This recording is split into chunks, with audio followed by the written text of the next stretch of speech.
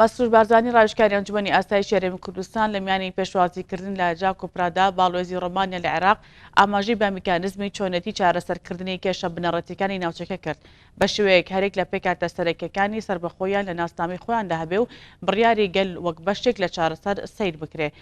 لەو دیدارەدا کە پەرەستەندنە سیاسی و ئەمنیەکانی ناوچەکە و شەڕی تیرۆریستانی داعش تاواتوێکرا، مەسرور بارزانی تشکی خستە سەر بارودۆخی ئێستای جەنگ دژ بە تیرۆریستانی داعش.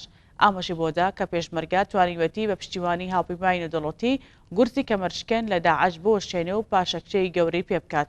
لەلای خۆیەوە باڵۆزی ڕۆمانیا باسی لەوە کرد کە حکوومەتی وڵاتەکەی لە نزیکەوە چاودێری پەرەسەندن ڕووداوەکان دەکات.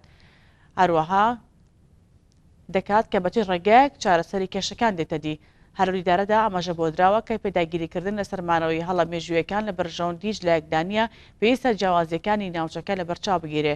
پەیوەندی بەم برسەوە مەسرور بارزانی ئاماژی بۆدا ناکرێ گەلی کورد بە بارمتەی هەڵە مێژوویەکان بمێنێتەوە کاتی هاتووە گوێ لە دەنگ و ویستی گەلی کورد بگیردرێ کە دەیەوێ بە ئاشتیانم لە ڕێگەی ڕای خەڵک لە عێراقێکی ناسەقامگیر و ناجێگیردا جابێتەوە کە بە درێژایی ئەمە بە زۆر پێکەوەلکەندراوە و بەردەوام ئامانجی سیاسەتی نیکۆڵیکردنی بەغدا بوو. هیچ کات هەرێمی کوردستانی بە هاوبەشی ڕاستەقینە قبوڵ نەبوو نییە.